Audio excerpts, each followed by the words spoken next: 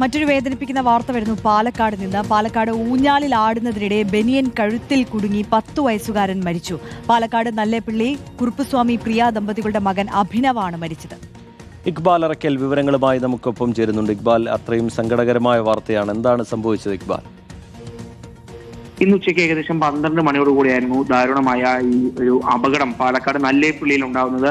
നല്ലേപ്പള്ളി പഞ്ചായത്ത് ഓഫീസിന് സമീപത്ത് താമസിക്കുന്ന കുറുപ്പസ്വാമി പ്രിയ ദമ്പതികളുടെ 10 വയസ്സുകാരൻ മകൻ അഭിനവ്.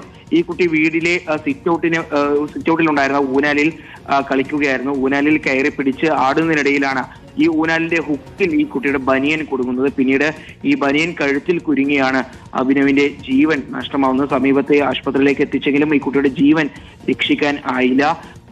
പിന്നീട് അഭിനവിന്റെ മൃതദേഹം പാലക്കാട് ജില്ലാ ആശുപത്രി മോർച്ചറിയിലേക്ക് മാറ്റി മറ്റു നടപടികൾ സ്വീകരിക്കുകയും ചെയ്തിട്ടുണ്ട്.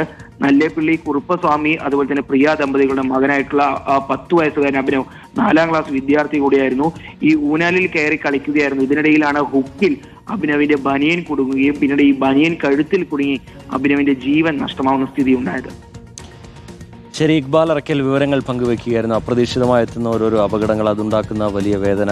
ഊഞ്ഞാലിലാടുന്നതിനിടയിലാണ് ഈ വസ്ത്രം കഴുത്തിൽ കുടുങ്ങി 10 വയസ്സുകാരന് ജീവൻ നഷ്ടമായിരിക്കുന്നത്.